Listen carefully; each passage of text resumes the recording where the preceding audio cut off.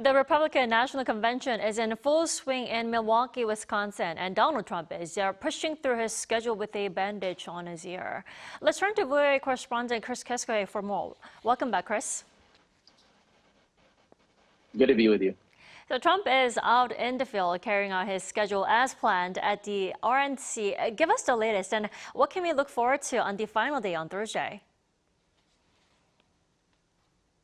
Right, Republicans have focused on Democratic President Joe Biden's handling of the ongoing crises in Europe and the Middle East. Former Trump administration officials have taken the stage to outline what foreign policy would look like in a second Trump term. And Ohio Senator J.D. Vance is expected to accept the party's nomination for vice president. Despite his celebrity after publishing his memoir called The Hillbilly Elegy, the 39-year-old Vance is a relative unknown to many of the party officials here in Milwaukee, and even to many of the top Republicans. He'll get the chance to address the national audience in just a couple of hours.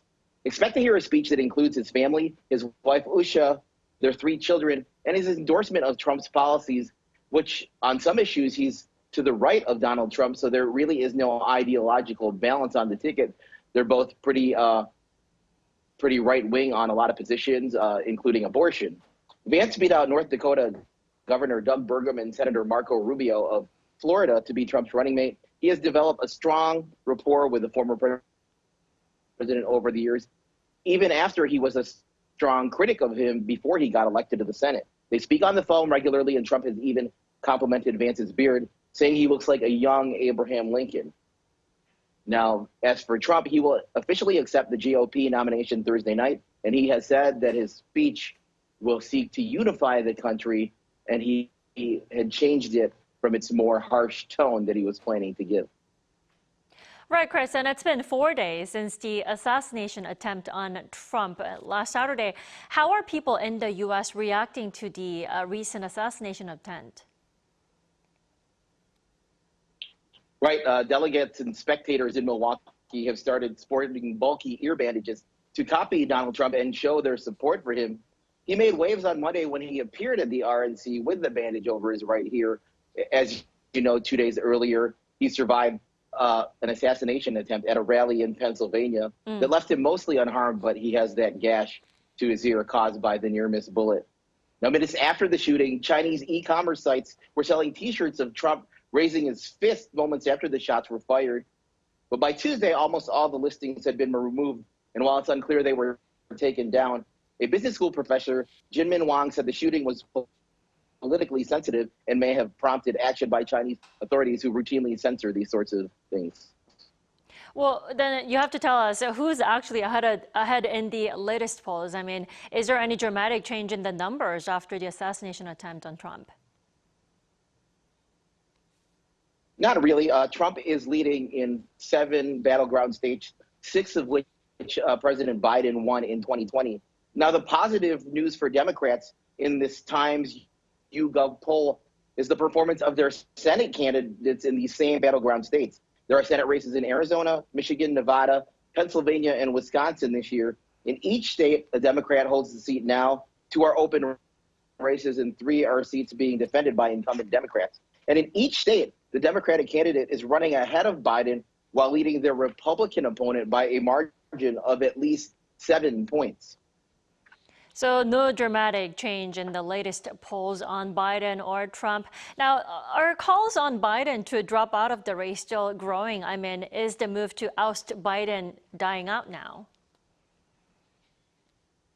It had calmed down for a few days, but it's not dying out. And we should tell you that President Biden, just in the last hour or two, has been positive for COVID, and he's reporting mild symptoms. So he's headed back to Delaware to rest and recuperate for a few days. But this could not come at a worse time for Biden. Nearly 2/3 of Democrats say he should withdraw from the presidential race and let his party nominate a different candidate, according to a new poll, which sharply undercuts his post-debate claim that average Democrats are still with him, even if some big names are turning on him. Well, today, another big name turned on him, Representative Adam Schiff from California, who is running for the Senate in that state against former Major League Baseball player Steve Garvey. He is the latest to call on Biden to step down. And so far, 21 Democratic lawmakers have called on Biden to step down, including former House Speaker Nancy Pelosi, and outside the realm of politics, George Clooney, who had hosted a fundraiser for Biden 3.5 weeks ago, wrote an op-ed to the New York Times that was published last Thursday calling for him to step down. So Biden still insisting to stick to his plans and finish the race. But Chris, what would happen if he, changes his mind? Well, it's important to note that this has to be Biden's choice. He has to make the choice, and at that point, he would release the delegates that he's won so far in the primary process. Now, Elaine Camark from the Brookings Institution is a former member of the DNC Rules Committee. She said candidates who would want to run would visit states and visit state delegations. They'd pay a lot of attention to big state delegations like California, New York, and Texas, and they would probably engage in a debate, going through what is sort of a mini primary process before the Democratic National Convention next month. Now, if there's only one person and Joe Biden got out and said, I endorse my vice president, for example, Kamala Harris, and no one challenged her, well, then there would not be a contested convention.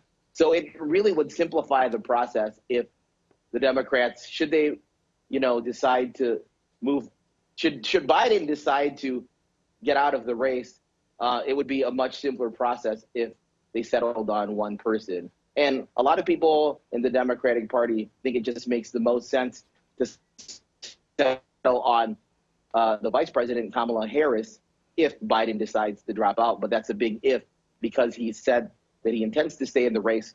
But, we'll have to see how it plays out over the next couple of days. He's going to be off the campaign trail recuperating from COVID. Definitely. That is a big if, but let's see how he pushes through with being infected with COVID-19. Chris, thanks for your report today. We appreciate it. Thank you.